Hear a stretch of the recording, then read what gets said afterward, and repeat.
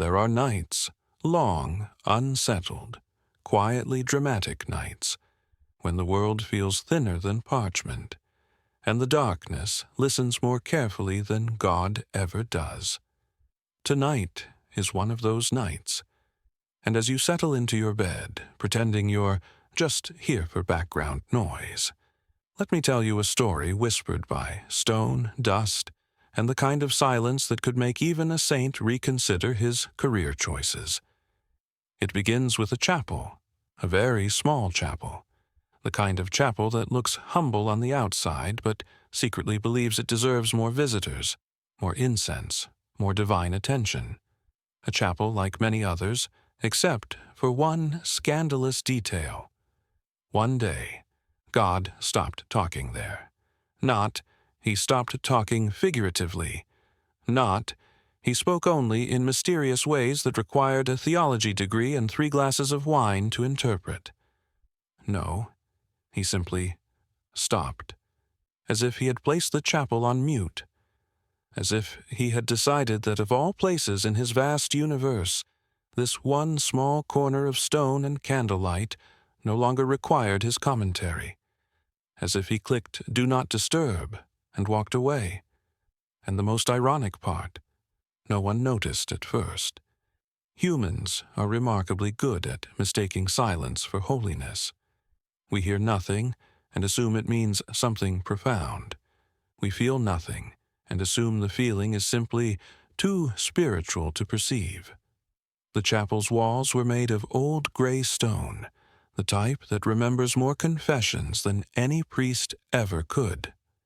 At night, the stones exhaled the scent of damp moss, burnt wax, and regrets that had long ceased to be emotionally relevant. The wooden pews creaked like ancient bones. Shadows leaned across the floor like long-forgotten saints, too tired to perform miracles. And every candle flickered with such fragile determination that one might assume they, too, prayed to be spared from the draft. If you had stepped inside during those nights, those quiet, godless nights, you wouldn't have felt abandoned. No, you would have felt listened to by the silence itself, as if it were an entity with opinions. But let me tell you the truth. Silence has never been neutral. It never has. Silence judges. Silence watches. Silence remembers. And silence, especially in a religious place, becomes a kind of unspoken scripture, vague enough to seem wise, empty enough to avoid responsibility. That was the silence the chapel inherited. And in the center of it all lived a solitary keeper, a monk who believed that every unanswered prayer was simply God's way of encouraging patience. He had spent so many nights speaking into the void that he no longer knew whether he was praying or performing a poorly rehearsed monologue. His name, I will keep hidden for now. Not out of mystery, but out of courtesy. If you had devoted your entire life to a God who stopped answering your calls, you wouldn't want your name broadcast either. This monk, this lonely guardian of flickering light, lived in a rhythm that was half spiritual discipline, half existential comedy. He prayed because he was supposed to, not because he believed someone on the other side of the sky was actually taking notes. He lit candles not to illuminate the chapel, but to convince himself that something, somewhere, was still burning. He bowed. He chanted, he waited, always waiting.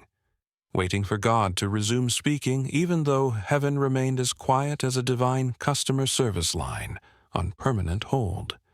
And yet, each night he told himself the same hopeful, desperate lie. Perhaps tomorrow. It wasn't tomorrow that changed things. It was a visitor, not a pilgrim, not an angel, not some dramatic supernatural entity with wings and a message that required a trumpet section. It was a doubt, a very simple doubt.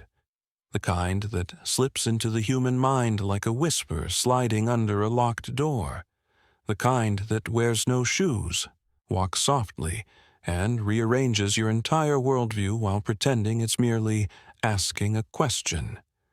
This doubt entered the chapel without needing permission. Doubts never ask permission. They simply arrive like uninvited prophets with terrible timing. It wandered through the rows of pews, brushed its fingers across the altar, inhaled the damp, incense-saturated air, and sat down like it planned to stay a while. It wasn't malicious. It wasn't dramatic. It wasn't even loud. It was elegant, almost polite. But its presence changed everything, because something remarkable happens when doubt appears in a sacred space. Faith does not collapse. Belief does not evaporate. The spirit does not crumble like a stale communion wafer. No, doubt illuminates, like a candle held beneath a statue that suddenly reveals all its cracks. The monk felt it immediately. He sensed the shift in the air, the uncomfortable honesty of a question he had never dared to ask. It wasn't, "Is God real?" No, that would have been far too dramatic for such a subtle visitor. The doubt's question was gentler and much more dangerous. What if God simply stopped talking to you? A devastating thought. Because it wasn't about theology. It wasn't about doctrine. It was about relationship. The monk's pulse tightened. His prayers slipped from habit into fear. His hands trembled around the small brass candle snuffer he always carried, and the chapel, this mute sanctuary, watched quietly. Because the chapel, unlike the monk, had no illusions left. Stone learns resignation far faster than flesh. But you, listening now, sinking further into your pillows, perhaps you know this feeling. Perhaps you've whispered into some darkness, literal or metaphorical, and received nothing but stillness in return.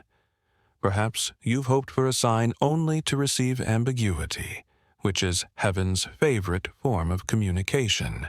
Maybe that's why you're here tonight, letting this story wrap around you like incense smoke. Not because you expect answers, but because you enjoy the luxury of witnessing someone else's spiritual confusion for a change. Let's be honest with each other. It's always easier to contemplate the great cosmic mysteries when someone else is having the crisis. And this monk, oh, he was heading toward one. Slowly, elegantly, inevitably, like a candle burning down to its last trembling inch. Outside, cold wind pressed against the chapel door like an impatient chorus of ghosts. Inside, the shadows deepened. Every breath of the monk echoed louder than it should have, emphasized by the emptiness that answered it. He knelt at the altar, because kneeling makes doubt feel more dramatic, and whispered a prayer that sounded more like a plea. Nothing answered. Not even the walls, not even the silence. And so the monk did what humans do best. He interpreted the silence in the way that hurt the least. Perhaps, he told himself softly, God speaks in ways we cannot hear. Of course, he said it the same way you tell yourself, that a person who hasn't texted you back is probably just busy. Humans excel at comforting delusions. We are practically spiritual artists at it. The candles flickered harder, as if trying not to laugh. Now, before this night drifts deeper, there's something you must understand about this story. It is not meant to mock faith.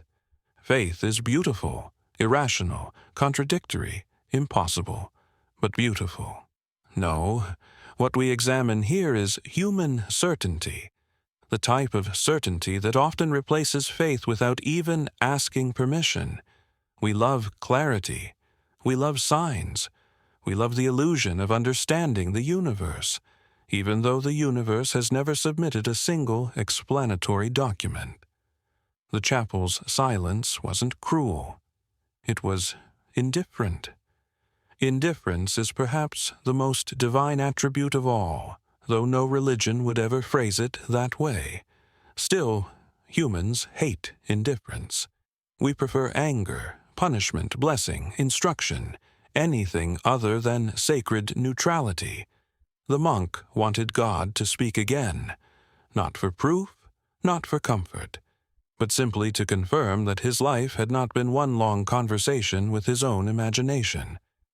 But God did not break the silence that night, nor the next, nor the 100 nights after that. And the chapel began to accumulate something heavier than dust. It began to accumulate longing. Longing leaves residue. It settles into the corners of rooms and hearts alike. It smells faintly of candle smoke and unresolved prayers. But longing is not the same as despair. Despair is loud, dramatic, flame-like. Longing is soft. It hums. It waits. It lingers. And now, as you lie there listening, maybe you feel it too. That lingering ache of wanting answers you aren't sure you deserve. That ancient desire to be acknowledged by something larger and kinder than the world you know. That quiet suspicion that perhaps the silence in your own life has meaning. Or perhaps it's just silence. Either way, this story isn't here to resolve anything for you.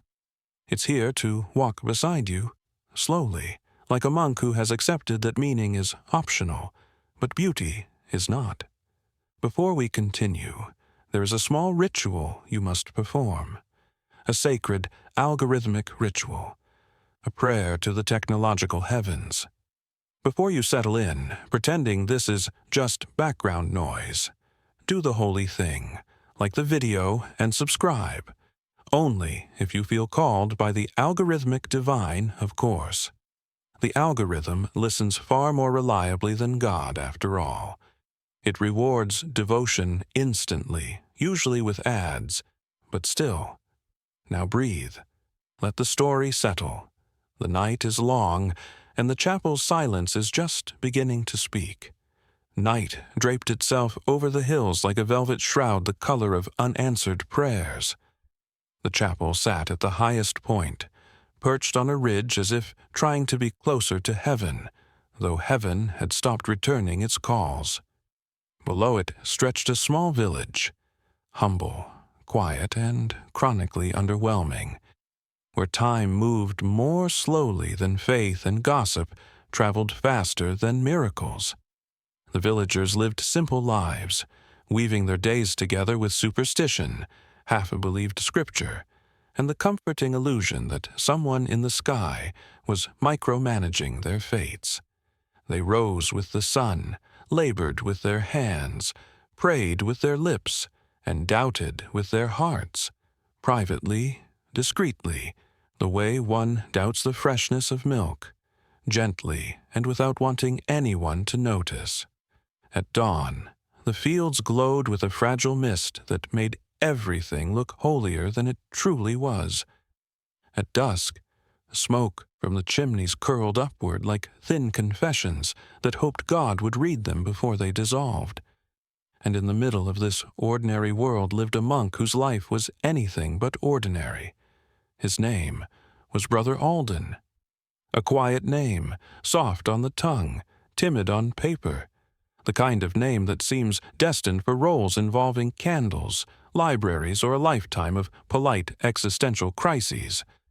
Brother Alden had lived in the chapel since his youth, when an older monk, now long gone, had told him that devotion was the purest form of certainty. Alden believed this at the time, mostly because he was 19 and believed anything said in a deep voice near a stained glass window. Now he was older, though not old in the dramatic, wise sage with a white beard way.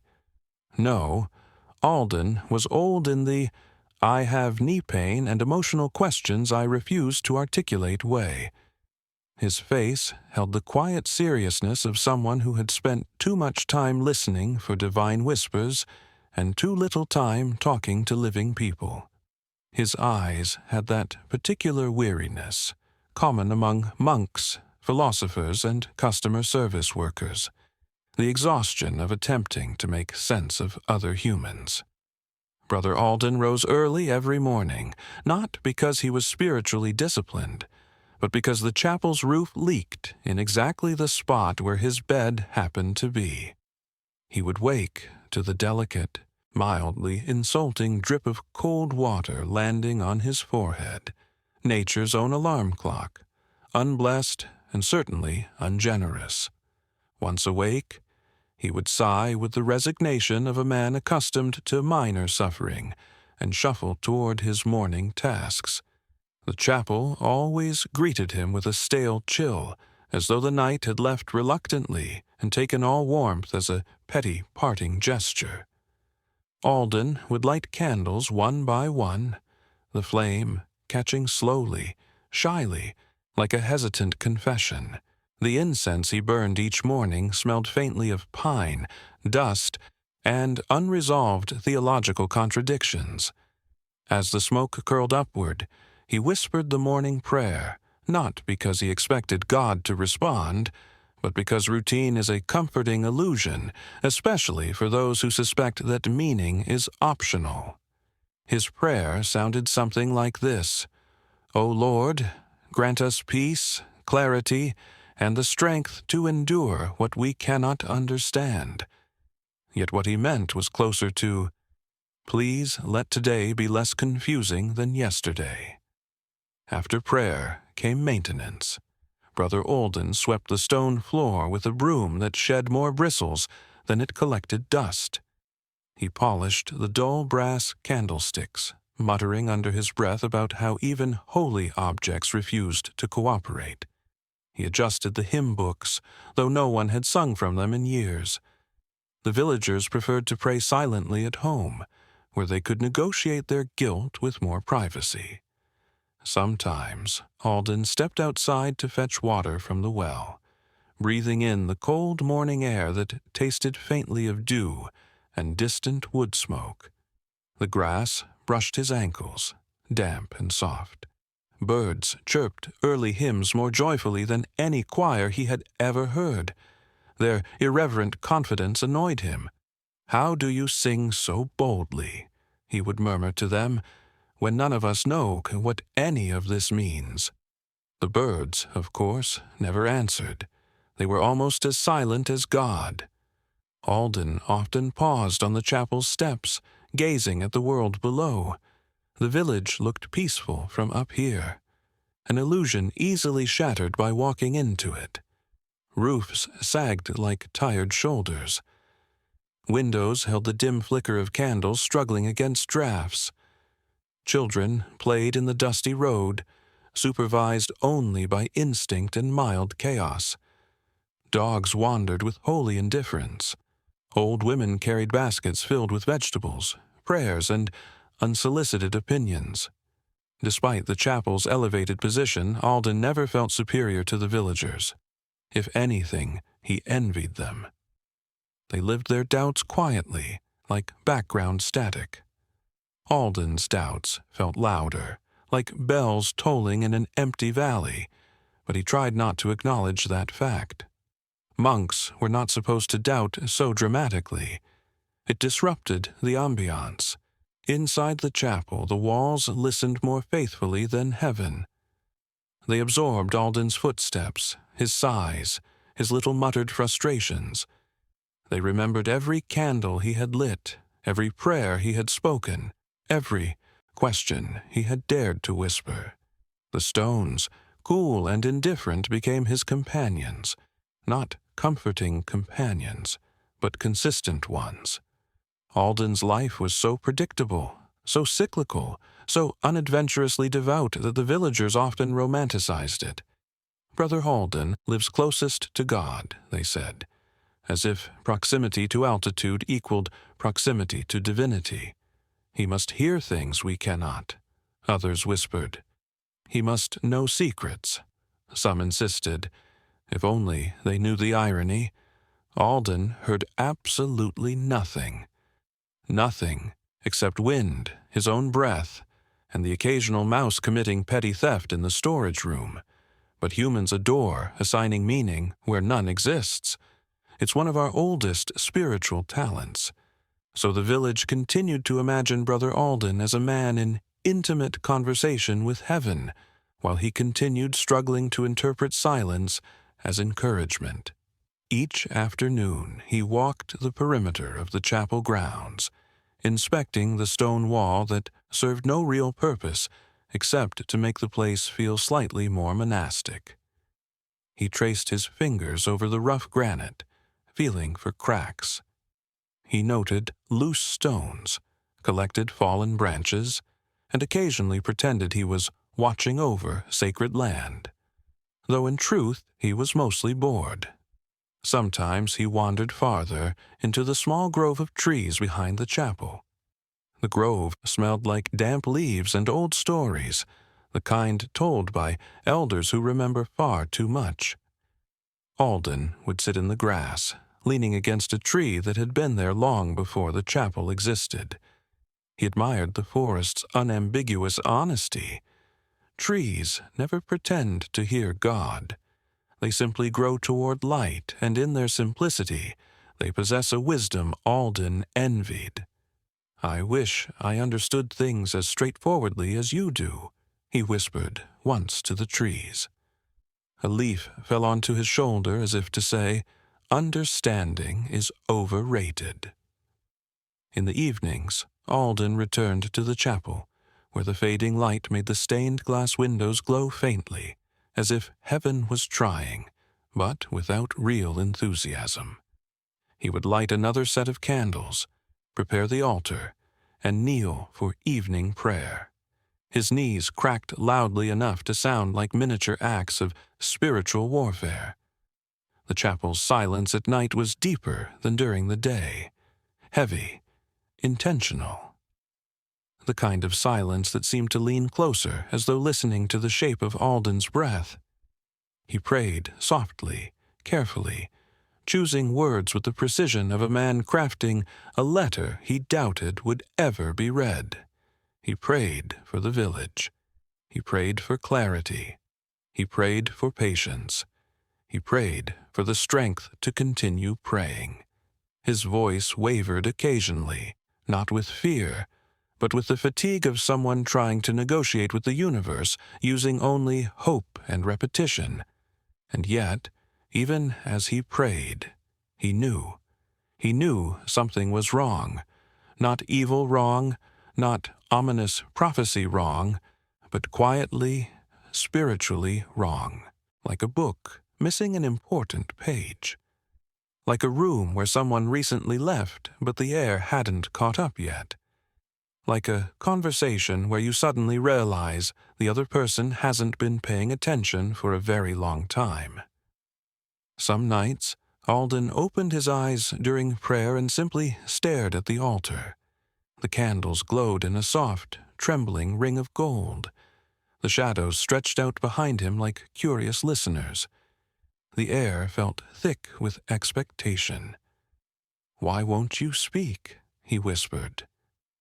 The silence that followed was so absolute, so indifferent, that Alden felt something inside him tighten, something fragile he had always assumed was unbreakable. But he shook the feeling away as one shakes off cold or melancholy. He returned to prayer. Routine, after all, is the monk's greatest shield against chaos. That, and selective interpretation of divine silence.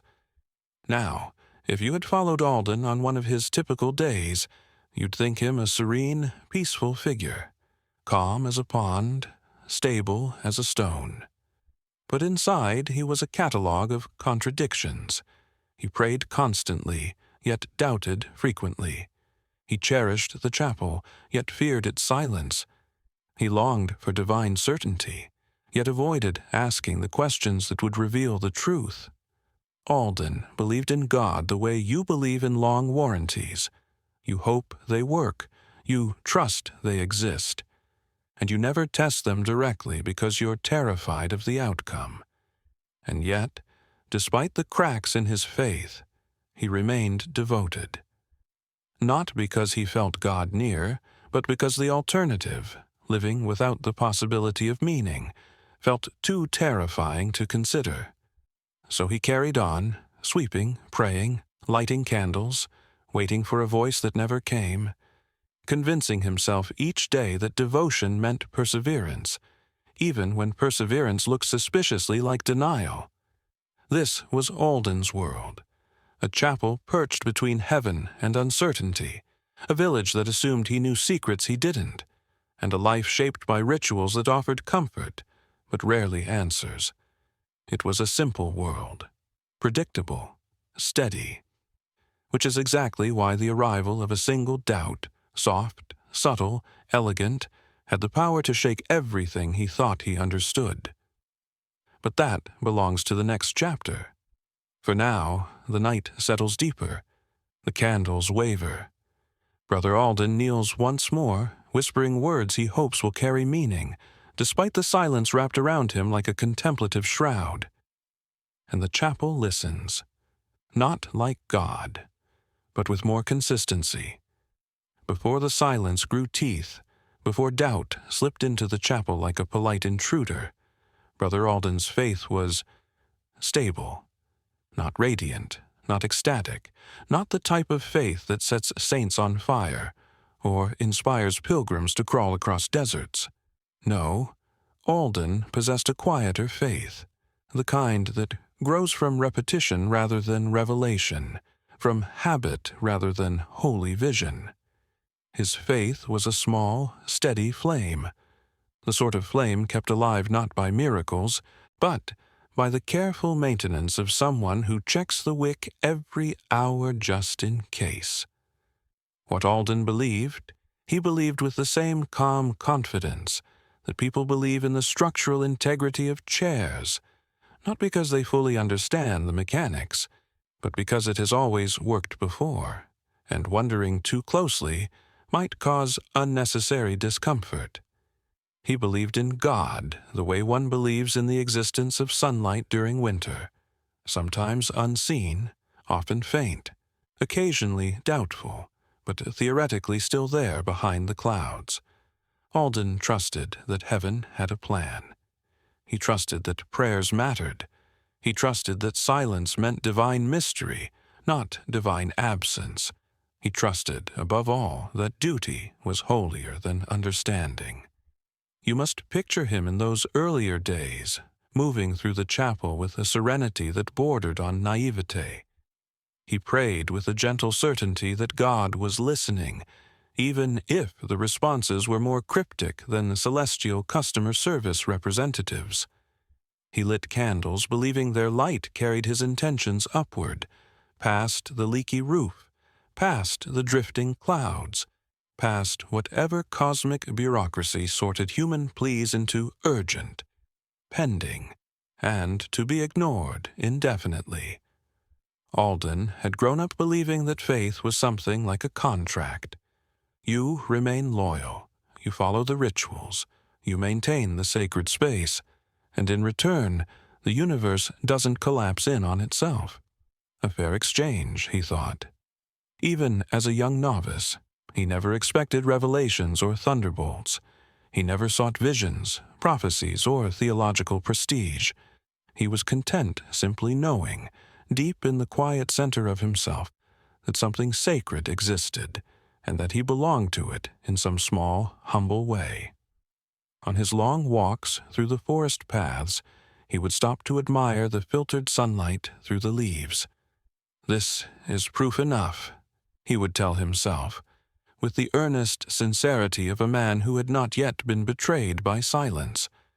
When he looked at the sky, he felt a sense of kinship with its vastness, not because he felt important within it, quite the opposite. He felt comforted by his smallness, relieved that the universe didn't revolve around him. Humility came easily to Alden. Irony, he would learn later, came easier still. He spent years convinced that devotion was a kind of spiritual muscle, something strengthened by repetition. He prayed at dawn, at midday, at dusk, at night, not out of anxiety, but because he enjoyed the structure. Alden was in many ways a man who craved order. Chaos frightened him. Ambiguity unsettled him. Questions made him perspire. His faith, then, was less like a cathedral and more like a carefully organized drawer, everything neatly folded, each belief in its designated space, not to be disturbed without good reason. Alden considered God to be a quiet but attentive presence. He imagined heaven as a vast, majestic library where angels sorted divine knowledge into categories no human language could touch. He pictured God at a writing desk, filling celestial journals with the stories of humanity, occasionally pausing to respond to prayers the way a scholar takes breaks between footnotes. And in Alden's imagination, God never seemed overwhelmed, never frustrated, never confused. Which is ironic, considering how deeply confused Alden would soon become. In those earlier days, Alden believed in miracles with the cautious trust of someone who believes in seasonal discounts, not because he had ever personally encountered one, but because people he trusted claimed they had, and it seemed rude to question them. He had heard stories, of course, stories of healings, stories of visions, stories of divine intervention so dramatic they bordered on theatrical flair.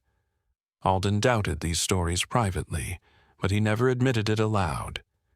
Instead, he smiled politely, nodded reverently, and thought, miracles probably do exist. Somewhere. The way rare birds exist somewhere, just not here, and not for me. Still, he maintained a gentle reverence for the idea of them. He liked the possibility of wonder more than the pressure of believing in it absolutely. Alden's favorite time to pray was twilight, when the world blurred softly between light and shadow. In that dimming glow, he felt closer to the sacred, not because of divine presence, but because ambiguity suits spirituality far better than clarity does. He would kneel with his hands folded, eyes half closed, letting the fading colors wash across the chapel floor like liquid stained glass. Sometimes, without meaning to, he would smile during prayer, not for any heavenly reason, but because he found comfort in the quiet choreography of devotion, the bowing, the stillness, the soft murmur of ancient words that felt older than human memory. Truthfully, Alden believed more in the beauty of faith than in its mechanics. He loved the rituals. He loved the symbolism. He loved the poetry of Scripture, even the parts that contradicted each other, which he ignored with remarkable grace. Faith, for Alden, was less like a map and more like a bedtime story, something meant to soothe rather than inform, something meant to guide rather than explain, something meant to create meaning even when meaning was sparse. He believed in angels, but only in the soft, aesthetic sense. He imagined them the way medieval artists did. Glowing figures with solemn expressions, long robes, delicate wings, and absolutely no concept of human suffering. He did not imagine angels sweating, or worrying, or filing paperwork, or dealing with the logistical nightmare of prayers arriving by the millions. The idea of divine bureaucracy would occur to Alden later, during a much darker chapter of his spiritual journey, because doubt, as you will see, has an extraordinary sense of humor. But before all that, Alden lived in a state of spiritual comfort, not bliss, not enlightenment, comfort. Imagine a warm blanket wrapped tightly around a belief system. Imagine a cup of tea left cooling beside a well-worn prayer book. Imagine the quiet pride of thinking, I may not understand the universe, but at least I know my place within it. That was Alden before the silence deepened, before the doubt, before the unraveling, you must understand this state of gentle faith to appreciate the magnitude of what follows. Before one can witness a falling, one must understand the height from which someone falls. Alden's height was not that of arrogant certainty. It was the modest height of sincere conviction, of untested trust, of a heart that wanted simplicity because the complexities of existence felt too large to hold. He believed deeply, not because evidence compelled him, but because the alternative, confusion, chaos, cosmic indifference, felt unbearable. To Alden, faith was a soft lamp in a dark forest. Not bright enough to reveal the path clearly, but bright enough to convince him there was a path. Sometimes, at night, he would sit alone in the chapel long after evening prayer. The candles burned low, their flames trembling like exhausted dancers. Shadows shifted across the stone walls, stretching into strange, contemplative shapes. Alden watched the shadows move as though they carried secrets. He listened to the faint sounds of night wind pressing against the windows. He inhaled the scent of incense, long settled into the cracks of the chapel floor. And he thought, "This is enough. This is what faith should be, a quiet companionship with the unseen." He believed that God spoke to him, not with words, but with impressions, soft nudges, a sense of peace, or the faint feeling that he should light a certain candle or choose a particular prayer. He attributed all of these small impulses to divine guidance, and perhaps some of them were. Or perhaps they were simply the subtle ways a human mind comforts itself when uncertainty is too vast to endure. But Alden did not question. Not then. Because in those days, before the silence grew oppressive, faith felt like a familiar room. Dimly lit, slightly dusty, but filled with the comforting objects of a life built on meaning. He did not realize how fragile that room was, how thin the walls, how easily a single question could shake its foundations, how a single unanswered prayer could crack the ceiling, how silence could seep through the floorboards like cold water, soaking everything it touched. But such understanding would come later. For now, remember this: Alden's faith was sincere, soft, steady, and terribly unprepared for what was coming. All faith looks sturdy until it is tested, and Alden's test would not come in the form of tragedy, but in the far more unsettling form of nothing at all. Because nothing, true, echoing, holy silence, has broken more believers than any thunderbolt ever has. And it was silence, soft and overwhelming, that would soon begin to whisper at the edges of Alden's certainty. But that is the beginning of the next descent. It happened on a night without stars, one of those strangely muted nights where even the moon seems exhausted, as if heaven had forgotten to wind up the celestial machinery before going to sleep. The air around the chapel hung heavy, thick with the scent of damp stone and extinguished prayers.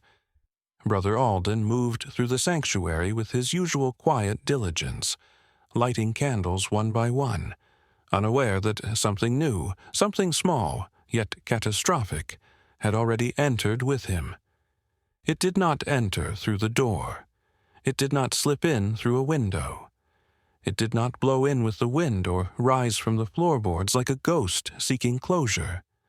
Doubt rarely uses dramatic entrances. It prefers elegance, subtlety, the soft-footed courtesy of an uninvited guest who knows, quite confidently, that it will not be asked to leave. It began as a thought so gentle Alden did not recognize it as foreign, a thought that disguised itself as one of his own, a thought woven with the exact tone and texture of his internal voice. What if God stopped listening? A simple question, delicate, small enough to slip unnoticed between the creases of his daily prayers. Alden blinked at the candle he was lighting. The flame wavered, as if the candle itself hesitated to exist. He shook his head, dismissing the intrusive whisper as fatigue, the consequence of too many nights spent awake, hoping for divine echoes where there were none. But doubt is patient, terribly, exquisitely patient. It does not push, it lingers.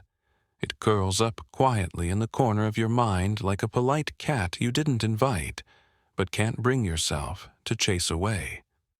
Alden continued with his routine, placing the hymn book precisely where it belonged, straightening the cloth on the altar with his usual reverence, whispering the preparatory prayer he knew by heart. Yet beneath every familiar gesture, beneath every well-worn word, the whisper repeated itself. What if he's not listening? And because Alden, like all humans, was far more porous than he believed, the question slid deeper. He tried to ignore it.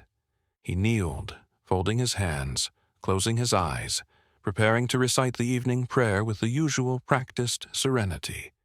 But the words did not flow as easily as before. The silence seemed thicker tonight, more deliberate.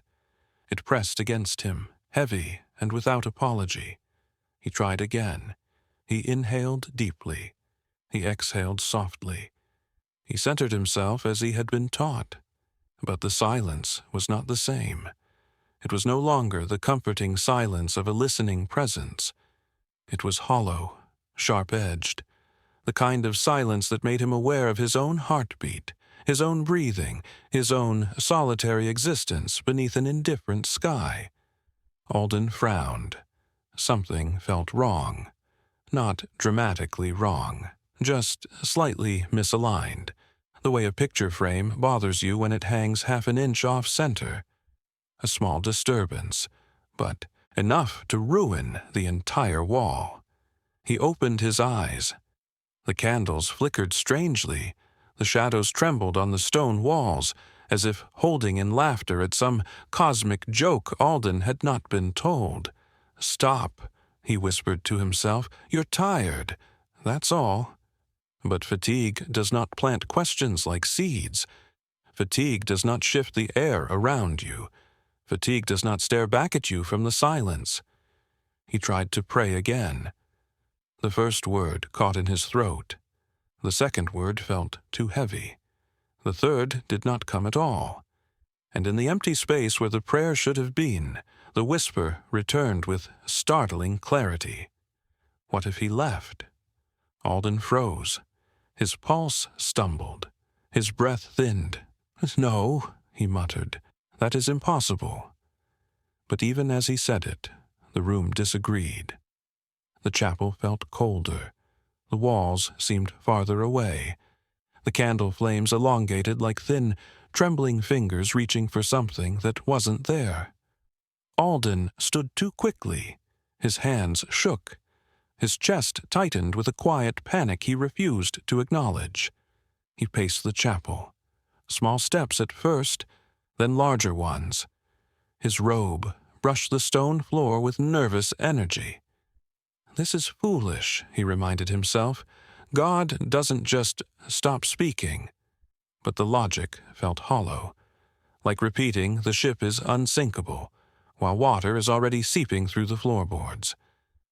Alden stopped pacing and looked toward the far corner of the chapel, a shadowed alcove that held an old, unused confessional booth. The booth was carved from dark oak, its surface polished by centuries of hands that had long since returned to dust. It stood like a silent witness to the sins of ages, a relic of guilt and absolution, and deeply human errors. Something drew him toward it. Not a voice, not a sound, just a pull, gentle but undeniable. He approached cautiously, the way one approaches a memory that hurts. His hand reached out and touched the wooden frame. Cold, colder than it should have been. Alden's heart beat faster. And then, absurdly, inexplicably, he heard something, not divine, not comforting, not holy. A muffled sound, a small sound, almost like someone clearing their throat awkwardly. Alden blinked. He leaned closer. His breath hovered in front of him, suspended in the cold air. The sound came again. A soft, quiet, embarrassed little cough. Alden's entire body tightened. He whispered, "Who's there?" There was silence, deep, vast, smug. Then, as if the universe could no longer resist showing its sense of humor, a voice spoke. But not a divine voice. Not a ghost. Not a demon. A human voice. A voice that sounded annoyingly alive and thoroughly non-spiritual. Sorry," the voice said from inside the confessional. "I think I'm stuck." Alden stared at the booth. He blinked once, twice, 3 times. This was not what he had expected. Not even remotely. "Stuck?" he repeated. "Yes," the voice answered with the casual shame of someone confessing to a mildly embarrassing mistake. "I came in earlier, but the door jammed. I've been waiting for, I don't know, hours." Alden stared at the confessional as though it had personally insulted his intelligence. The voice continued. "I was hoping someone would come by eventually, but, I guess God wasn't scheduling visitors tonight." Alden didn't know whether to laugh, cry, or check if he was hallucinating. He moved to the door of the confessional, tugged on it gently, and, indeed, it was stuck. He braced himself and pulled harder. The door resisted like a stubborn theological argument, then suddenly gave way with a sharp crack. Inside sat a middle-aged man with a disheveled beard, flushed cheeks, and the unmistakable expression of someone who had spent too long reflecting on life choices in a very small wooden box. The man stepped out awkwardly, brushing dust off his clothes. "Thank you," he said. "It was really cramped in there. I tried praying, but I think my leg fell asleep before God could do anything about it." Alden opened his mouth to speak, but nothing came out. The man glanced around the chapel and nodded appreciatively. "Nice place," he said. "Quiet. Extremely quiet. Like unsettlingly quiet. Do you always pray alone here?" Alden finally managed to speak. "What were you doing in the confessional so late?" "Oh," the man shrugged, contemplating, thinking, asking God a question or two. "You know how it is." Alden didn't. Not anymore. The man continued. "But I didn't get any answers. Not even a whisper. Not even a warm feeling. Nothing. Not sure if that's normal around here, but it didn't feel normal." Alden's stomach dropped. The man added cheerfully, "Anyway, I guess God is busy." He smiled. Alden did not. The man left, waving casually as he walked into the night. The chapel fell silent again, but it was not the old silence. The silence Alden had grown accustomed to, the silence that felt like a divine pause. This was a new silence, a silence that felt like an accusation. Alden stood alone in the center of the chapel, the candles flickering around him like nervous witnesses. And the whispered question returned, not gently this time, but with sharp clarity. What if God really did stop listening? Alden's hands trembled. His faith, once a calm lake, had begun to ripple. A single pebble had been thrown into its stillness, the pebble of a trapped, rambling stranger with a bad sense of timing. But doubt doesn't need a storm to break faith. It only needs a ripple. Alden sank to his knees, breathing heavily, feeling the ground beneath him as if it might shift at any moment. The chapel seemed to breathe with him. Its stones exhaled cold air. The shadows deepened. The silence felt unbearably intimate. And Alden whispered the question aloud, tasting fear in the shape of the words. What if he is gone? The silence answered, immediately. And its answer was everything Alden feared. Nothing. A hollow, echoing nothing that filled the chapel like a dark tide. Doubt opened its eyes, and Alden, trembling, realized it had come to stay. The next morning did not begin the way mornings usually began for Brother Alden. There was no gentle routine, no quiet certainty, no peaceful acceptance that the world was precisely as it had been the day before. Instead, Alden woke as if shaken awake by his own thoughts that had multiplied overnight like anxious moths, beating their soft wings against the inside of his skull. The confessional incident should have been simple. Embarrassing, yes. Ridiculous, absolutely. But simple. A foolish man gets stuck, Alden lets him out. The world continues. But faith does not break like a clay pot, with a single, shattering moment. No, faith erodes, like a shore pulled away grain by grain, like a candle that dies not all at once, but in a series of tremors, like a prayer that goes unanswered so many times it becomes a whisper of itself. And so Alden rose before dawn with a peculiar tightness in his chest.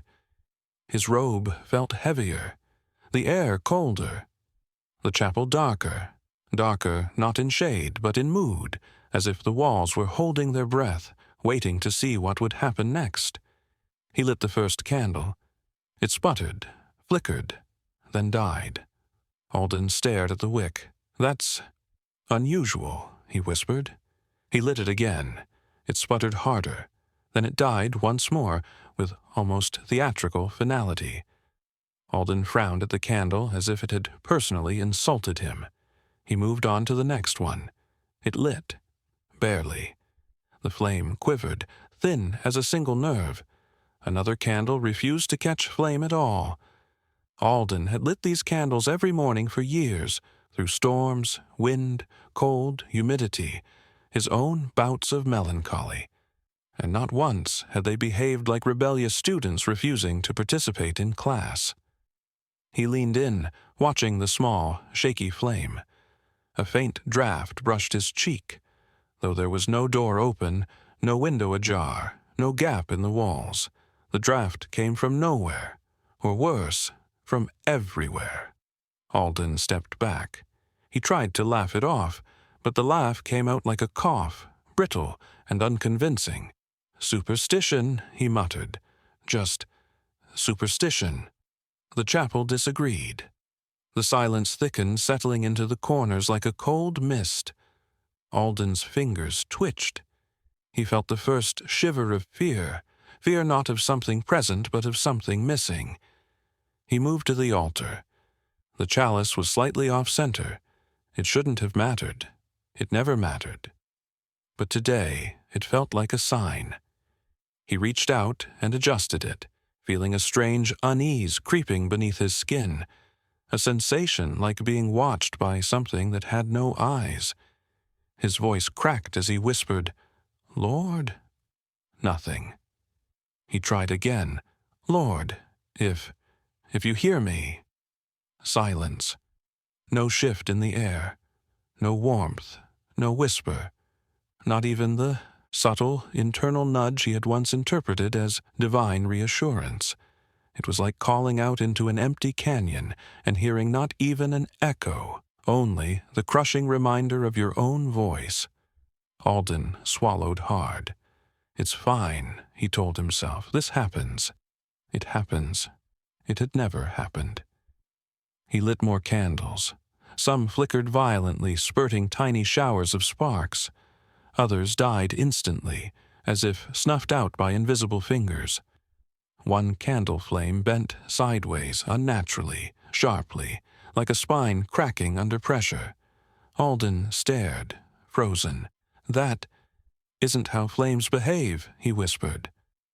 For the first time in years, fear curled itself around his spine. He straightened abruptly, forcing himself to breathe slowly. "Just air currents," he insisted. "Just cold, that's all." But even he could hear the tremor in his voice. He walked to the front pew and sat down heavily, burying his face in his hands. His thoughts spiraled in circles, messy, overlapping circles like the rings left by spilled wine. The man in the confessional, his comment that God had been silent, the broken lock, the candles refusing to burn, the tremor in Alden's hands, and beneath it all, the whisper, the terrible whisper that had planted itself in him like a seed with roots already spreading. What if he left? Alden lifted his head sharply. "No," he said aloud, though no one had challenged him. "He doesn't leave. He doesn't abandon his house." But even as he said it, he knew the truth. Silence feels different when it's chosen. He forced himself to stand, pacing the length of the chapel with increasing agitation. His sandals scraped the stone floor. His robe swished angrily behind him. His breathing grew shallow. "I am imagining things," he muttered. "I am tired. I am not thinking clearly." He reached the altar again and gripped its edges until his knuckles turned pale. "God is here," he said. He said it again, and again. Each repetition sounded less like faith and more like a man trying to convince a stubborn shadow to behave. He lifted his gaze to the crucifix hanging above the altar. Christ looked down, frozen in eternal agony, but today his eyes seemed different, not compassionate, not mournful, not divine, empty. Alden took a step back. His breath caught. The candles flickered violently. The flames stretched upward like twisted fingers. The shadows inched along the walls, creeping toward him. The silence tightened. Alden whispered, "Lord, please." The chapel responded with a gust of cold wind that extinguished half the candles at once. Darkness swallowed the room. Alden staggered backward, his heart hammering like a trapped animal. "No," he gasped. "No, no, no." He clutched his robe, choking on fear and disbelief. This was not divine silence. This was abandonment, or worse, indifference. He ran to relight the candles. His hands shook uncontrollably. The match caught, but the flame sputtered and died within seconds. He lit another. It died too. Another. Dead. His breath turned ragged. The chapel, his sanctuary, his home, his anchor, was rejecting him. He felt it. He felt it in the cold. He felt it in the shadows. He felt it in the air that no longer embraced him with sacred familiarity. He felt it in the silence that swallowed his every word, leaving them to decay in the space between sound and nothingness. Alden dropped the match and fell to his knees. He pressed his palms together, fingers trembling, his voice breaking like thin glass. "Tell me something," he whispered. "Anything. Please. Anything." The silence that answered him had changed again. It was no longer empty. It was smug, mocking, heavy with a kind of cosmic irony, the kind reserved for humans who believed they could interpret the intentions of eternity. Alden closed his eyes tightly, trying to shut it out, but the silence pressed in harder. He began to cry, quietly, brokenly, like a man grieving someone who had never truly belonged to him, but whom he loved nonetheless. His tears fell to the stone floor. He felt ridiculous. He felt terrified. He felt abandoned. He felt small. He felt human. And that, perhaps, was the deepest insult. Alden pushed himself up slowly, unsteadily. He muttered, "I need answers." He looked around the chapel as if expecting God to appear from behind one of the pillars with a sheepish apology. Nothing. Alden grabbed his cloak and stumbled outside into the cold morning air. The world looked normal. Birds sang. Sunlight touched the grass with gentle fingers. Smoke rose from village chimneys. It was offensive. How dare the world remain unchanged when something seismic had shifted inside him? He walked down the path, breathing sharply, feeling the weight of the crisis pressing against his ribs. For the first time, he noticed how fragile everything looked. The trees, the stones, the sky. The faith he once carried like a shield now hung around him like wet cloth, heavy, suffocating, offering no protection at all. Alden reached the edge of the forest and sank to the ground. The earth felt cold beneath him. Leaves rustled softly above him. Birdsong mocked him with effortless certainty. He whispered, "I don't know what's happening." And the forest answered with the same silence as the chapel. But this silence felt different, natural, ancient, indifferent in an honest way. God's silence, on the other hand, it felt intentional. Alden sat there for a long time, his thoughts circling like starving wolves. He tried to reconstruct his faith, to rebuild it in his mind, to remind himself of all the times he had felt God near. But every memory had softened at the edges. Every moment of reassurance now felt suspicious, doubtable, revisable. Had God truly been listening? Or had Alden simply been interpreting coincidence as care? Had God guided him? Or had he mistaken the comfort of routine for divine presence? Had God ever been in the chapel at all? The questions tore through him like wind through brittle leaves. He pressed his palms to his eyes. "I can't do this," he whispered. But he could. He had no choice. Because once doubt enters, it never fully leaves. It becomes part of you. A quiet, sharp-edged companion. A new voice in your prayers. A skeptic at your altar. A shadow in your sanctuary. Alden stood slowly, painfully, knowing that something irreversible had begun in him. He walked back toward the chapel with heavy steps. He whispered, "Please, let this be temporary." But deep in his bones he knew the truth. Nothing breaks faith as quietly as silence. And Alden's faith had just begun to fracture. Hairline cracks at first, invisible, but growing beneath the surface. The descent had begun, and there was no going back. There comes a moment, quiet, unannounced, impeccably timed, when a soul that has been stretching too far for too long finally snaps, not loudly, not dramatically, more like the soft break of a thread pulled taut between trembling fingers. A moment so subtle that only afterward does one realize something irreversible has given way. For Brother Alden, that moment came 3 nights after the chapel refused to hold flame. He had spent those 3 days pretending he still knew how to pray, pretending silence was still sacred, pretending doubt had not relocated into his mind like an overly polite tenant who pays no rent but insists on rearranging the furniture. He ate less, slept poorly, walked in long, deliberate circles around the chapel grounds like a man trying to outrun his own thoughts.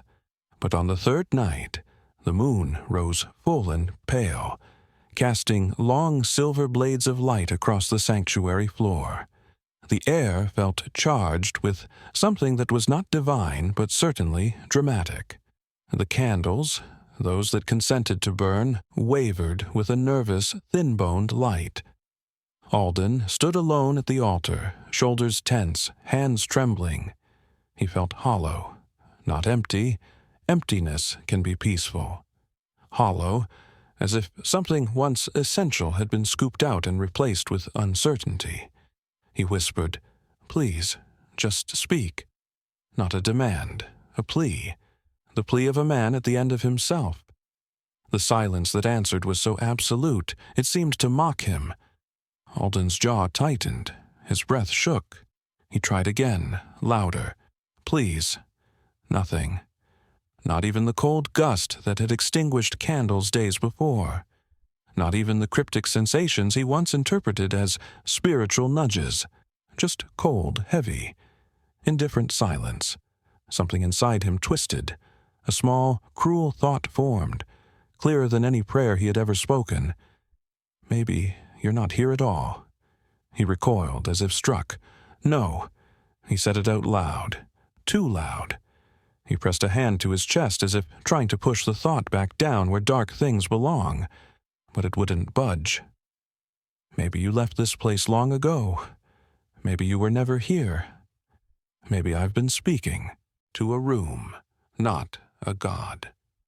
Alden staggered back from the altar, horrified by his own mind. He turned toward the pews as though expecting someone to appear, an angel, a heavenly envoy, a divine representative with a clipboard ready to clarify misunderstandings. No one came. The chapel remained still, too still. Alden's breathing grew ragged. "I'm losing myself," he whispered. Then something shifted. Suddenly, sharply, wrongly. The air grew colder. The shadows lengthened unnaturally, bending across the floor like spilled ink with intention. The candles leaned in one direction again, not toward the draft, but toward Alden, as if drawn to him like spectators gathering to watch a collapse. His skin prickled. He backed away slowly, eyes wide, every instinct telling him that the chapel was no longer neutral ground. It felt occupied. Not by God, not by demons, not by ghosts, but by the gravity of his own unraveling mind. The chapel had become a mirror, reflecting everything inside Alden he had tried so hard not to see. Alden whispered, "Please, if you're here, please, stop this." The shadows darkened. The cold deepened. And the silence grew thick, as though pressing a hand over his mouth. Alden's knees buckled. He sank to the floor, his palms hitting stone. The coal seeped into him like something alive. He cried out, raw, involuntary, "Why are you silent?" The sound echoed violently, bouncing off the walls like a trapped bird slamming into glass. The candles flared in response, not with godly intervention, but with the erratic panic of flames reacting to sudden air disturbance. Alden pressed his forehead to the ground. "Tell me something," he begged. "Tell me anything, even if it hurts." No answer. His heart cracked. Not physically, spiritually, emotionally, philosophically, in every dimension where humans pretend to be strong until they're not. Alden lifted his head slowly, tears streaking down his cheeks. And then he saw it. A vision. Or maybe a hallucination, or a dream inside waking, or hunger, or madness. What he saw was not holy, but it held the shape of meaning, a figure, tall, cloaked in shadow so deep it swallowed the candlelight around it, stood at the far end of the sanctuary. Not approaching, not retreating, just there. Alden froze. His breath halted. The figure did not move. The room pulsed. Alden whispered, "Lord?" The figure remained still. "Angel?" Stillness. "Demon?" Nothing. Alden scrambled backward, terrified, but some part of him, some reckless, desperate part, leaned forward internally. "What are you?" he asked. The figure didn't speak, but for the first time in months, something answered the silence. Not a voice, not a sound, a feeling like a truth too painful to shape into words. A feeling that pulled at Alden's chest, tearing open a space inside him where faith and fear collided violently. The figure stepped forward. One step. Just one. And the candle flames dropped low, cowering. Alden shook as the figure approached, slow as dripping wax. He whispered, "Please, say something."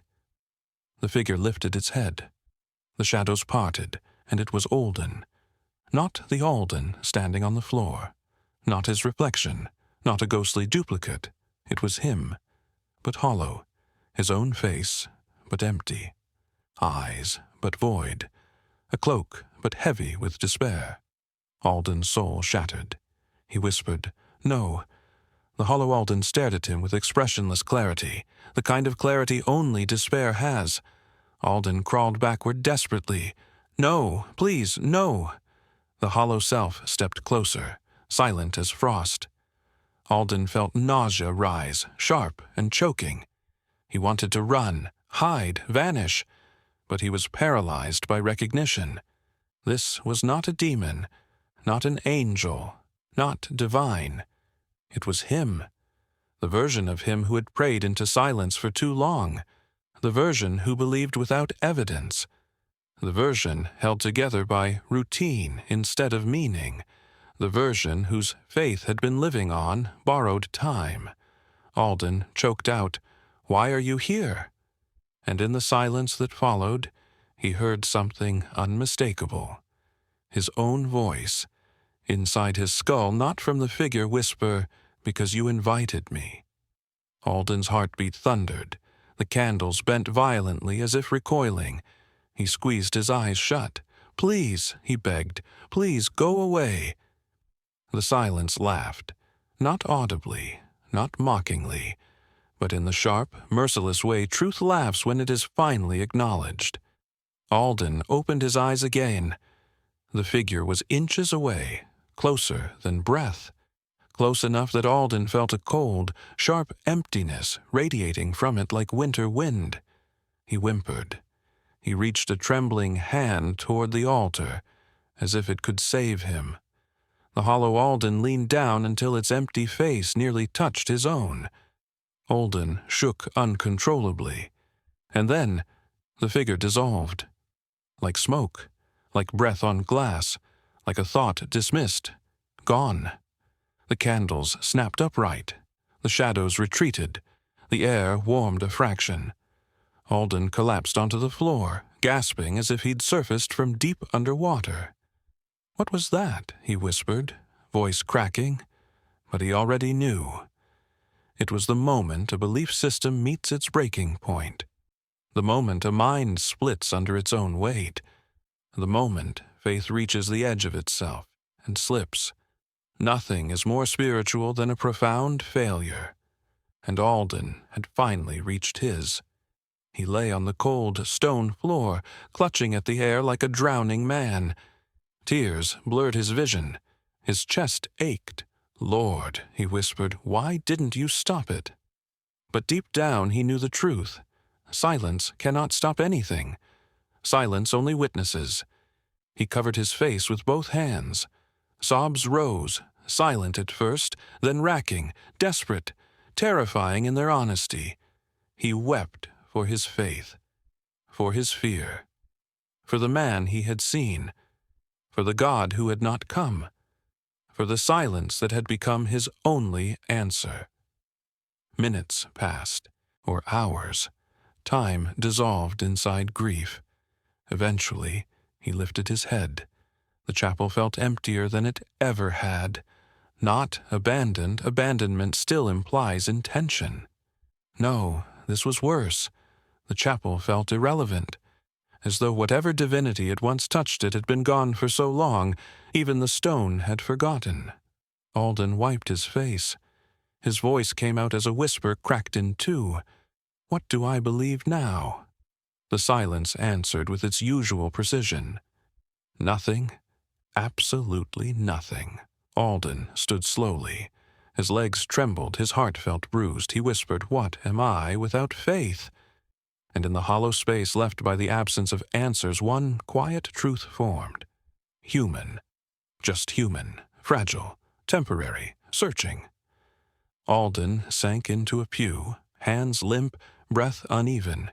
He had reached the end of himself, and strangely, beautifully, tragically, that was where something new could begin.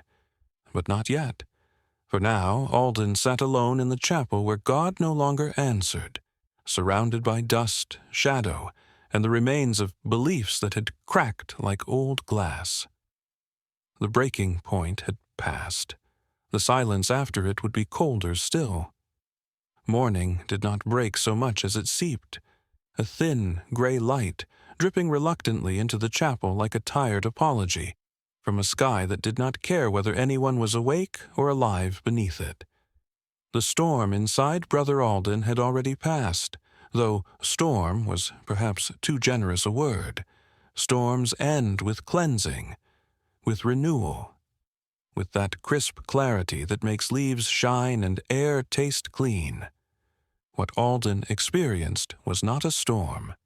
It was an implosion.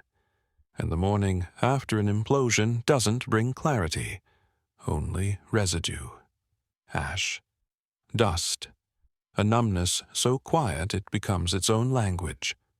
Alden opened his eyes on the chapel floor, where he had either fainted or collapsed or simply lain down because gravity was suddenly more persuasive than hope.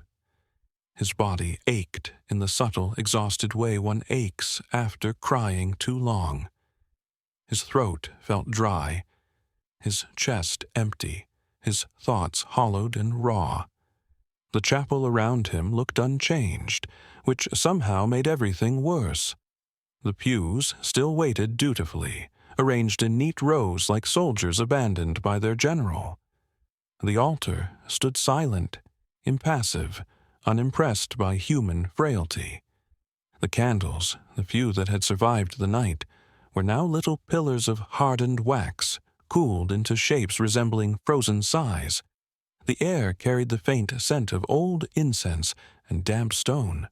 Not holy, not comforting. Just there. Alden pushed himself upright, wincing as his muscles protested. The silence was enormous. Not the dramatic silence of last night charged with visions and fear. This was a quieter silence. Older. The silence left behind when meaning has fled a place. He sat there, breathing slowly, staring at the floor where his tears had dried. Faint, salt-stained marks on ancient stone. Proof, he thought bitterly, that he at least had made some kind of impact on this chapel, more than God had in quite some time. He tried to pray, not consciously, reflexively. His lips parted, prepared to whisper something familiar, something ritualistic, something that might anchor him. But no words came. He felt them, like faint shadows at the edges of his mind, phrases he had spoken since childhood, prayers polished by years of repetition. But when he reached for them, they dissolved like smoke. His chest tightened. It wasn't rebellion. It wasn't anger. It was absence. The prayers were gone. Alden swallowed hard and stood up, swaying slightly. His legs were unsteady, but he forced himself toward the altar anyway. He had lived too long with this space as his center of gravity to abandon it immediately. He rested his hands on the altar's cold stone surface. "Are you here?" he whispered. It didn't hurt as sharply as before. Somehow that bothered him. The silence stretched, unbroken and unbothered. Alden exhaled slowly.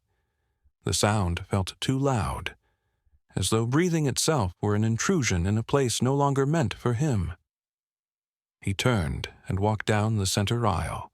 Each footstep echoed faintly, not with reverence, but with finality. When he stepped outside, the world greeted him with indifferent normalcy. Birds chirped with cheerful arrogance. The breeze brushed against his cheek with no recognition of the crisis that had gutted him. The village below looked exactly as it always had. Small, humble, clinging to its routines. It angered him, just a little, that the world dared to continue. He walked to the edge of the chapel hill and sat on the low stone wall. The view stretched out before him. Rolling hills, scattered trees, a lazy ribbon of river cutting through the landscape. The horizon glowed softly with morning light. It should have been beautiful. Instead, it felt like a painting hung crookedly on a wall. Alden rested his elbows on his knees and stared at the earth. "Maybe I'm simply tired," he murmured. But fatigue doesn't unmake a man's faith. He let his gaze drift over the landscape, but nothing stirred awe in him now. Awe had evaporated some time between last night's shadows and this morning's light. Awe, he realized, was a fragile emotion, one that relied heavily on believing someone was listening. Now everything just existed, without meaning, without direction, without witness. He let out a humorless laugh, quiet, bitter, thin. "So this is the great spiritual journey," he said softly, ending up on a wall, talking to myself. A breeze rustled the leaves behind him. He almost imagined the chapel whispering back. But no, not even imagination was pretending anymore. Alden lowered his head into his hands, fingers pressing against his temples. His thoughts drifted, not with panic, but with a heavy, dull confusion. Who was he now? For so long, he had defined himself in relation to God, as a servant, a listener, a keeper of sacred things. His identity was bound to the echo of prayer, his life shaped by ritual, his purpose tethered to belief. Without that, what remained? A man in robes, a man with doubts, a man without answers, a man undone. And yet, ironically, cruelly, he still existed. He was still here, still breathing, still human. It was almost insulting. He rubbed his face and lowered his hands slowly. The hills looked back at him with indifference. And for the first time, Alden wondered, was this how God had always seen the world? With quiet detachment? With ancient distance? With no obligation to intervene, explain, comfort, or justify? The thought disturbed him, yet it also hovered in his mind with a strange logic. He whispered, "Maybe you never answered because you never owed us anything." The wind did nothing. The light changed nothing. The world remained unchanged. He sighed deeply. "I spent my life expecting a dialogue," he said. "But perhaps it was always a monologue." A pause. He almost laughed. He felt hollow, but not entirely broken anymore. More like something cracked open, revealing emptiness he had ignored. He sat that way a long time, letting the numbness settle, letting the silence breathe around him, letting himself exist without trying to fill the void with words. Eventually, he stood and walked back into the chapel. It felt different now. Not hostile, not sacred, simply neutral. He walked the aisle slowly, brushing his fingertips along the wooden pews. Dust clung to his skin. The air was cool. Shadows moved lazily with the morning light. He stopped in front of the altar again. "I don't know what to say," he admitted. Strangely, speaking honestly into silence felt easier than praying ever had. "I don't know what I believe. I don't know what you are. I don't know what I am without you." His throat tightened, but no tears came. "I thought faith was supposed to carry me through this," he continued. "Instead, it feels like faith was the weight that pulled me under." The quiet held him gently, not comforting, but not condemning either. Alden took a deep breath and let it out slowly. "It hurts," he whispered. And for the first time, he didn't expect the pain to mean something.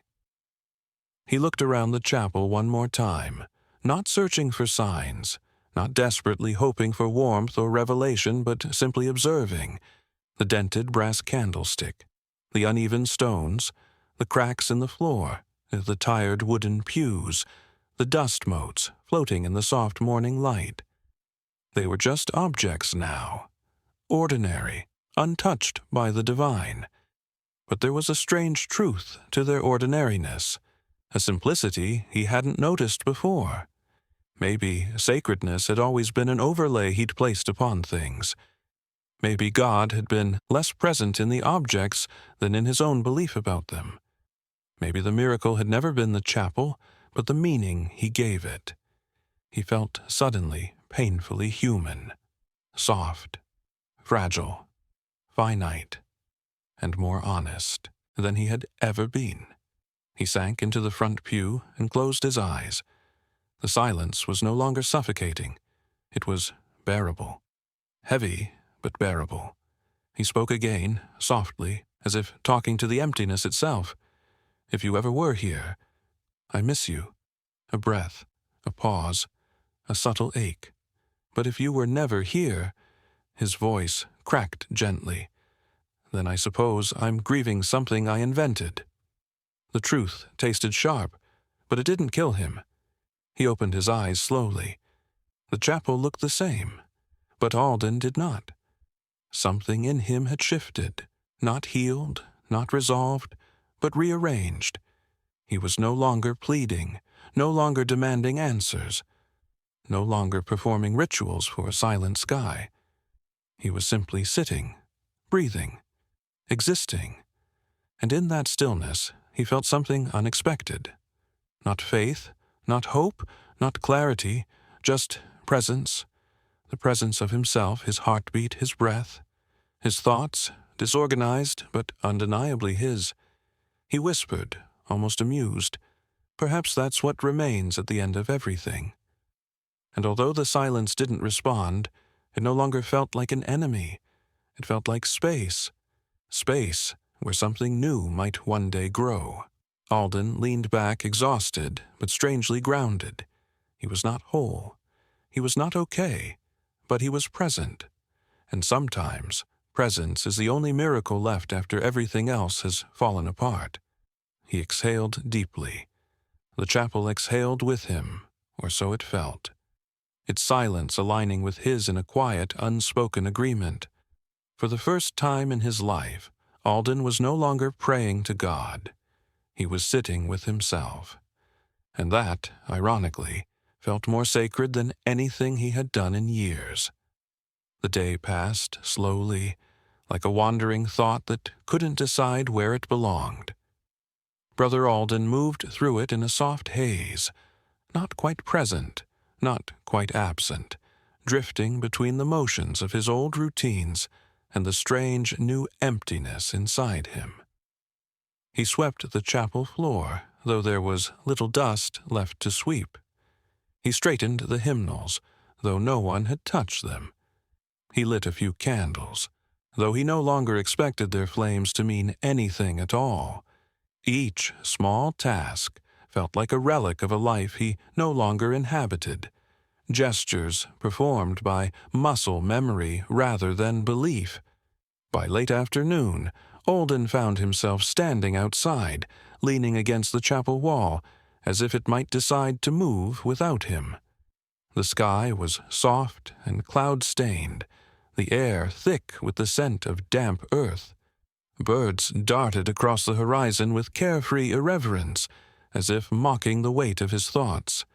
He felt hunger gnaw at him, though he wasn't sure when he had last eaten. Perhaps yesterday, perhaps the day before, perhaps before the night he broke.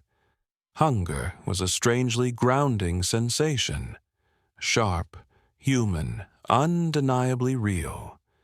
It reminded him that no matter what philosophical disaster was unfolding inside him, his body still insisted on its simple needs. So he returned indoors, sat at the small wooden table near the side wall, and tore off a piece of stale bread. It was dry and tasted faintly of ash, though, to be fair, almost everything in the chapel tasted faintly of ash. He chewed slowly, feeling strangely detached from the act, as though he were watching himself from a few feet away. He finished the bread, drank a sip of cool water, rested his forehead on the table. The chapel was quiet. Of course it was. He closed his eyes, his breath becoming slow, his thoughts drifting like dust in a sunbeam. He didn't mean to fall asleep, but he did. It wasn't the peaceful sleep of someone comforted, nor the deep sleep of exhaustion. It was the thin, brittle sleep of a man suspended between consciousness and something stranger. That vulnerable space where mind and spirit blur into something that feels suspiciously like revelation, but might just be the result of low blood sugar.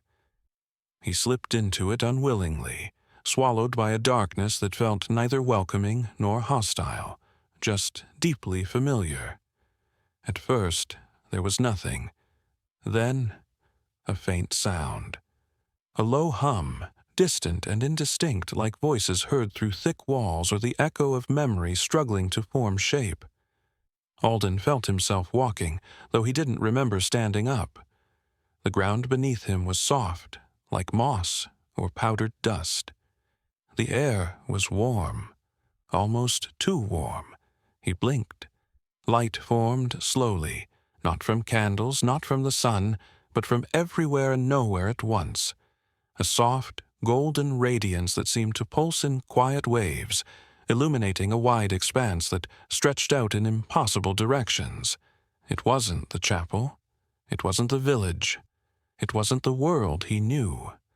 Alden felt awe rise in his chest, not the gentle awe of faith, but the overwhelming awe of a mind facing the unexplainable, or imagining it. "Hello," he whispered. The sound did not echo. It simply dissolved, absorbed into the glowing air. A shape formed in the distance. A figure. A human figure. Alden's breath stuck in his throat. He felt fear, sharp and instinctive, but curiosity tugged him forward. He stepped closer. The figure stood with its back to him, a silhouette of shifting light. Not blinding, not harsh, just present. The air around it shimmered like heat rising off stone at midday. Alden whispered, "Who are you?" The figure did not turn, but Alden felt something, a pull, a pressure, a sensation like a hand pressed gently to the center of his chest. His breath hitched. His knees weakened. He took another step. "Are you?" He couldn't finish the question. The possibilities were too vast, too dangerous. God? An angel? A hallucination? A dream? His own mind? The figure shifted, its edges blurring like a candle flame caught in a draft. A voice entered the air. Soft, low, resonant, but not speaking words. It was more like a vibration, a sound that pressed into Alden's bones rather than into his ears. His eyes stung. His hands trembled. Alden whispered, "Please, say something." The figure did not turn. The air brightened. The hum grew. Alden felt his heart pulling toward the figure, as though gravity itself were bending around it. His entire being focused into a desperate, trembling question. "Are you here?" And then the figure shifted. It turned, slowly, gracefully, inevitably. Alden held his breath. The light dimmed around the figure's face, and Alden saw. He gasped. It was no one. A face made of emptiness. A shape made of possibility. A presence without identity. A mask of pure light and shadow, simultaneously there and not there. Alden stumbled backward. His pulse thundered.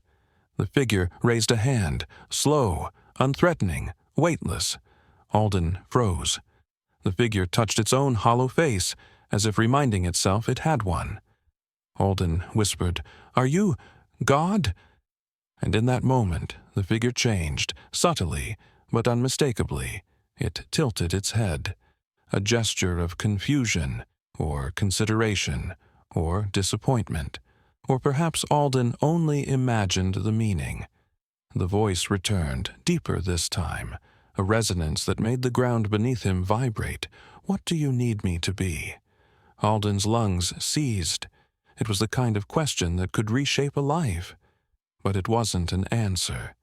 It was a mirror. He fell to his knees. His hands shook violently. He whispered, "I need you to be real."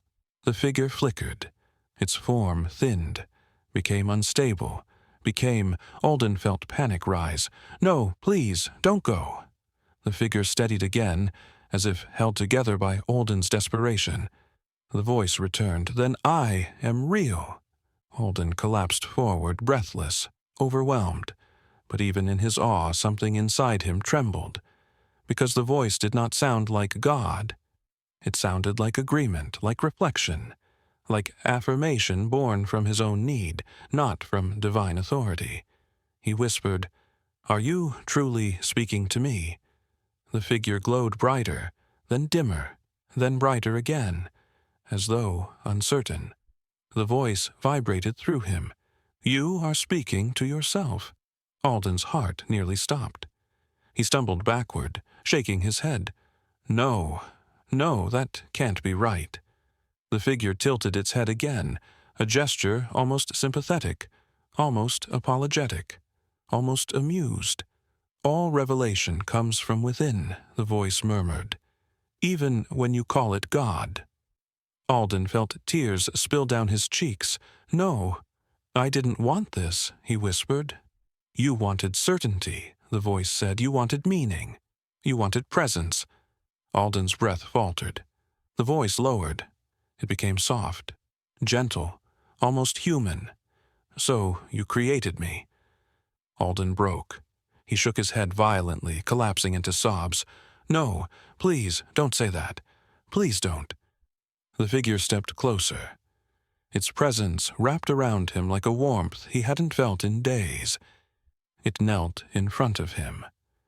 Alden trembled as it reached out, gently, softly, and placed a glowing hand on his shoulder. The sensation was impossible, real, imagined, both.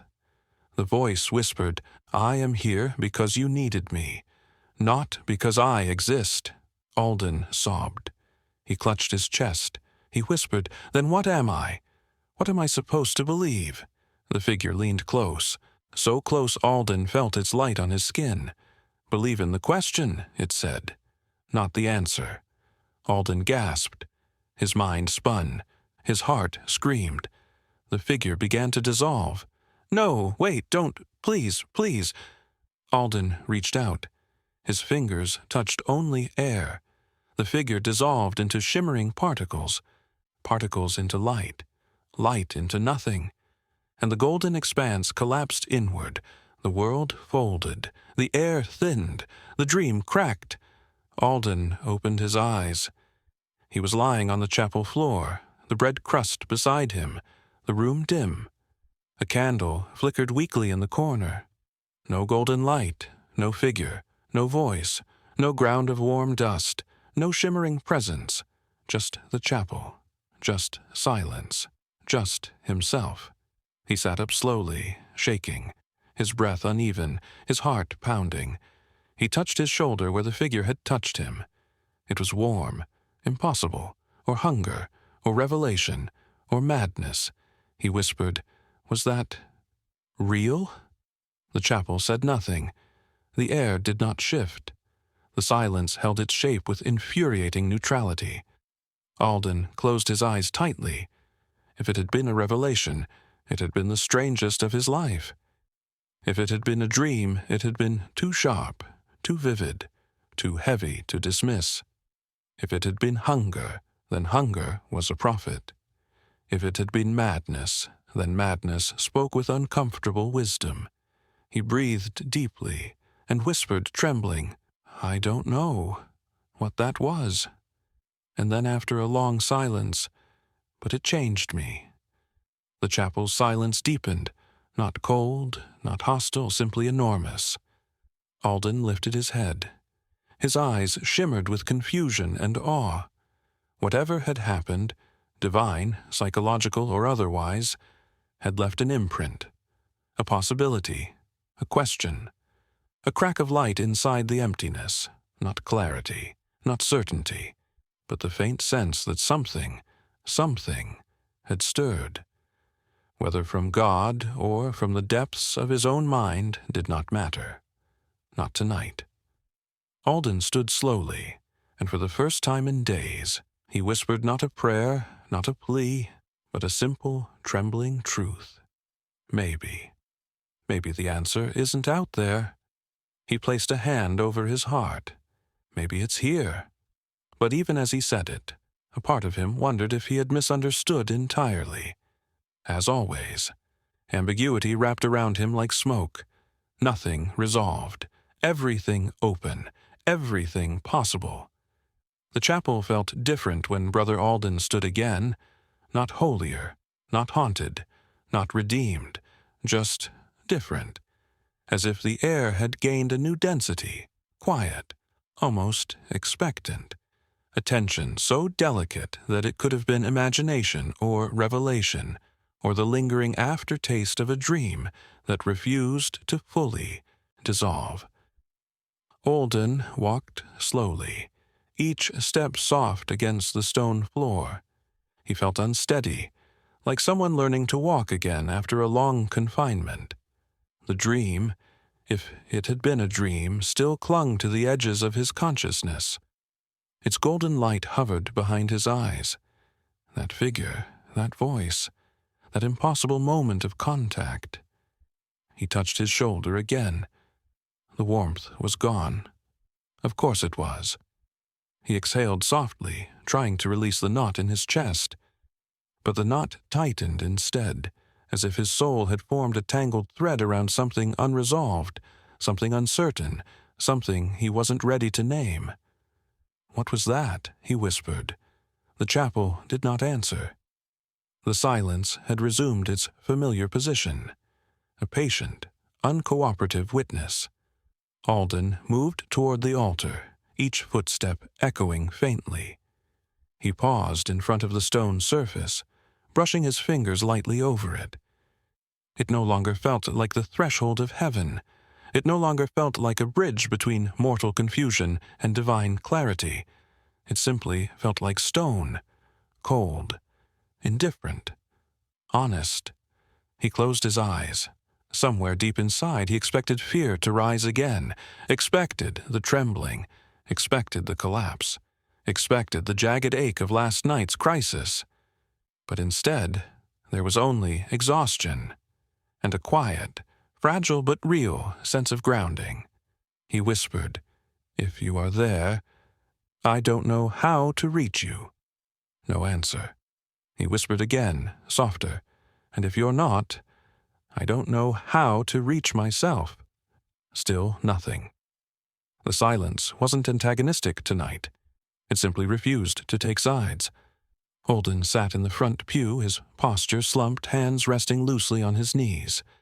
His breath was steady but heavy, like someone learning to inhabit his own body again after decades of outsourcing meaning to the sky. He gazed upward. The rafters stretched above him, dark, ancient beams that had watched centuries pass. Dust clung to the corners, drifting lazily in the golden light that filtered through the stained glass. The colors painted soft shapes across the stone floor. Reds, blues, golds, green. A mosaic of quiet things. Alden wondered whether faith had always been a mosaic too, pieces shifting, falling away, rearranging themselves into new meanings with every season of life. Perhaps the image he once held in his mind had never been final. Perhaps faith was less like a wall and more like a window, fragile, transparent, illuminated by whatever light passed through it. He leaned forward, elbows on his knees. "What do I do now?" he murmured. He expected no answer. He received none, but he did feel something, an ache, a deep, persistent ache. Not fear, not despair, not hope, just longing, longing for something he could neither name nor abandon. He stood and walked to the confessional booth, the same booth where that unfortunate man had been trapped days ago. He touched the old wood. It felt familiar now, strangely symbolic. Alden opened the door and stepped inside. It was dark, cramped, close. The air smelled of old wood and older anxieties. He sat on the small bench, letting the darkness wrap around him. He whispered, "Forgive me, Father, for I—" He stopped. He couldn't finish it. Because who was he speaking to? The God who had gone silent? The God who might never have been here? The echo of habit? The shadow of a faith he could no longer trust? He pressed his fingers to his temples. There was a strange comfort in the darkness of the confessional. A strange intimacy.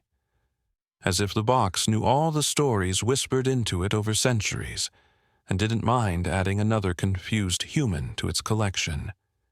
He exhaled. "I don't know what I'm confessing," he said quietly. "I've lost track of what is sin and what is sorrow. Still silence, still nothing, and yet—" Alden felt something loosen in him. Not resolve, not clarity, but a small, fragile willingness to continue existing inside uncertainty. He opened the confessional door and stepped out. The chapel seemed lighter, or perhaps his eyes had adjusted. He went outside. The sun hovered low, painting the hills in warm, fading gold. The breeze brushed gently against his face. The world had not transformed, but Alden had shifted. He descended the chapel steps and walked toward the edge of the hill. The sky above was streaked with orange and violet. Clouds stretched thin like threads pulled across the horizon. The wind whispered through the grass, carrying scents of earth and distant fires. Alden sat in the grass, folding his knees to his chest. He watched the light fade. Slowly, relentlessly, beautifully. He whispered, "Maybe revelation isn't something that happens to you. Maybe it's something you notice."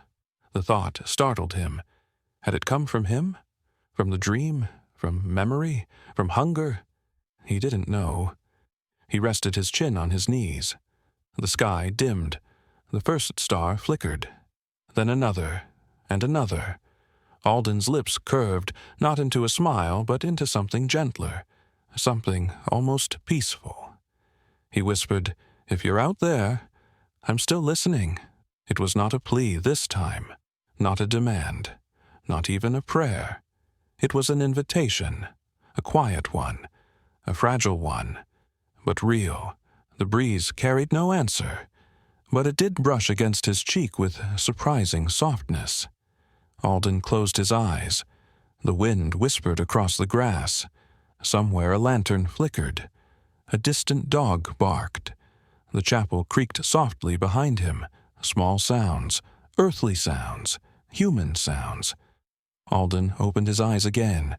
Stars glittered overhead, thin, distant, impossible points of light scattered across an infinite dark.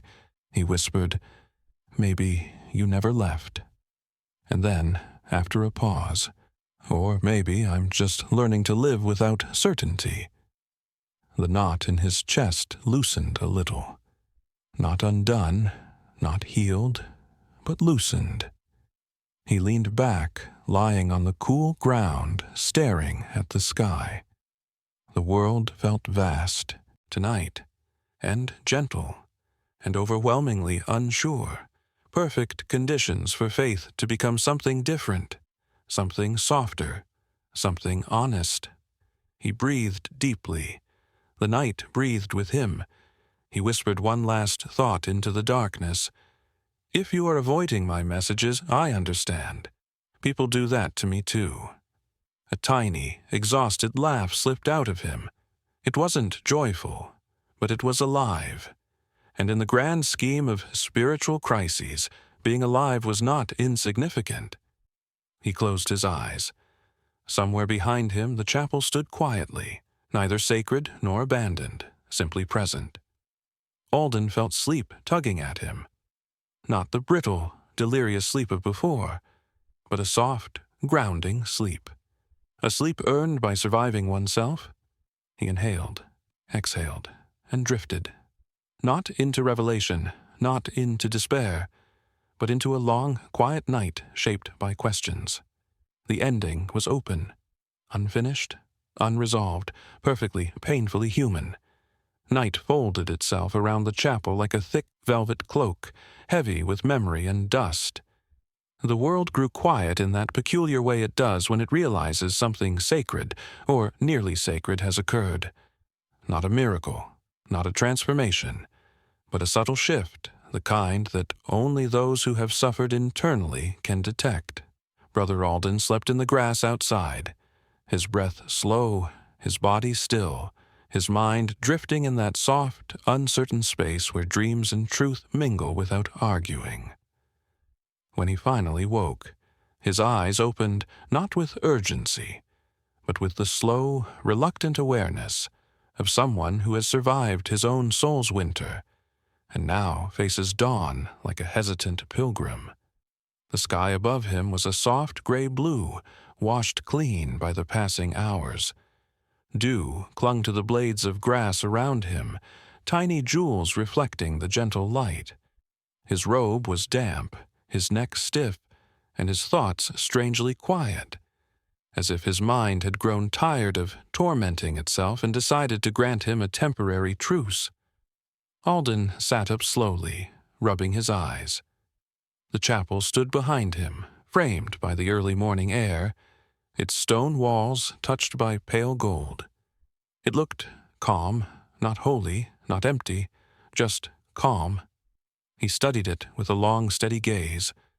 For years it had been the center of his world, the anchor of his identity, the vessel for his faith. Now it was simply a building, a familiar one, a loved one, but no longer a doorway to certainty. He rose to his feet, brushing the grass from his robe. Pain tugged at his muscles, reminders of the night before, of the collapse, of the vision, or dream, or whatever it was. He walked back toward the chapel with slow, deliberate steps, almost as if he feared it might vanish if he approached too quickly. It didn't. It waited. He pushed the door open and stepped inside. The air was cool and still. The candles were long extinguished. A faint trail of smoke curled upward from one burnt wick, a thin ghost rising toward the ceiling before dissolving into nothingness. Alden stood in the center of the chapel, letting the silence settle around him like familiar cloth. This silence no longer felt hostile, no longer felt accusatory, no longer felt like the weight of divine abandonment. It was simply silence, neutral, honest, present. He walked slowly to the altar, dragging his fingertips across surfaces that once felt sacred but now felt simply themselves. Wooden pews, cold stone, rough grain, smooth brass, tangible, mortal, velvetined by years of touch. Alden whispered, "I'm still here." It was the smallest thing he could say. It was also the truest thing he had. He leaned forward, resting both palms on the altar. His breath fogged slightly in the lingering morning chill. He could feel the heartbeat inside his chest, steady, fragile, stubborn. Not the heartbeat of a man certain of God. The heartbeat of a man who remained alive despite uncertainty.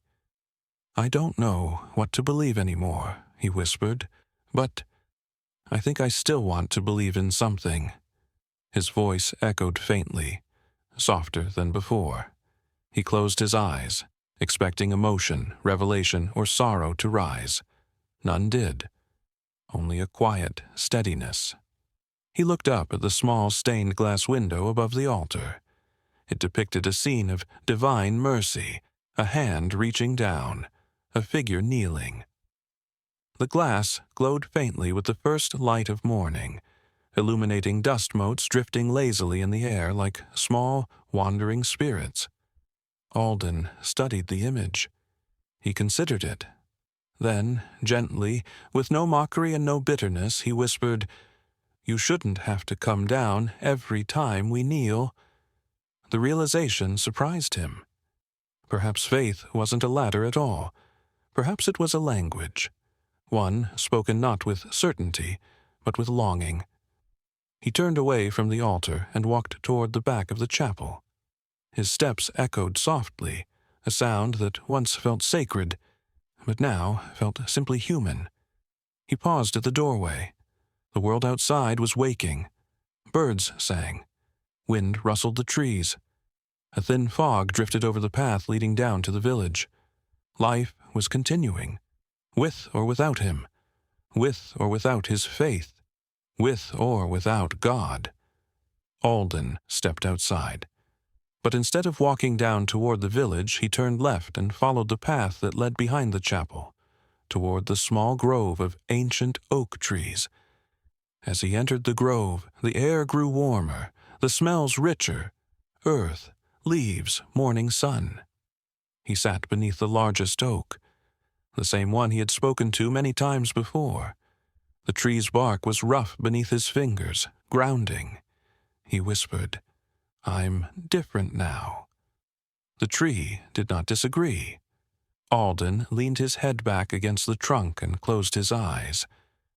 "I don't know if I lost faith," he murmured, "or if I just lost the version of faith that was breaking me." The distinction mattered.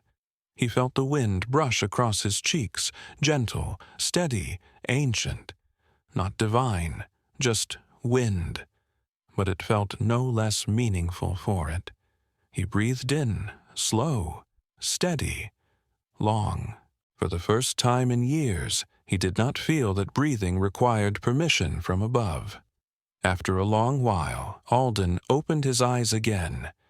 He watched a single leaf fall from the tree above, spiraling, drifting, turning slowly in the air. The moment was so quiet and so soft that it almost felt like a message. Or maybe it was simply a leaf. That was the challenge now, to live between meanings, to accept the possibility that some moments were sacred, and some were simply moments. He stood brushing his robe once more and walked back to the chapel. Inside, he lit a single candle, shielding the flame with his hand as it flickered. The wick caught. The flame rose, steady, warm. The light illuminated his face, not with divine clarity, but with quiet presence. Alden whispered, "This is enough for today." He placed the candle at the front of the altar and stepped back. The flame trembled. Alden waited. He wasn't expecting anything. Not a voice, not a sign, not an answer. But when the flame steadied, its brightness soft and unwavering, he felt something inside him steady too. Not faith, not certainty, something simpler, a willingness to continue. He nodded once, almost ceremonially, then turned and stepped outside again. The sun had risen higher, casting long golden rays across the chapel hill. In the distance, the village stirred with movement, smoke rising gently from chimneys. Alden took a deep breath and whispered, "Whatever you are, wherever you are, I will keep walking." He paused. "And if you're not there, I'll walk anyway." He felt no fear saying it, only honesty. He walked to the edge of the hill, gazing toward the horizon where light and shadow danced together.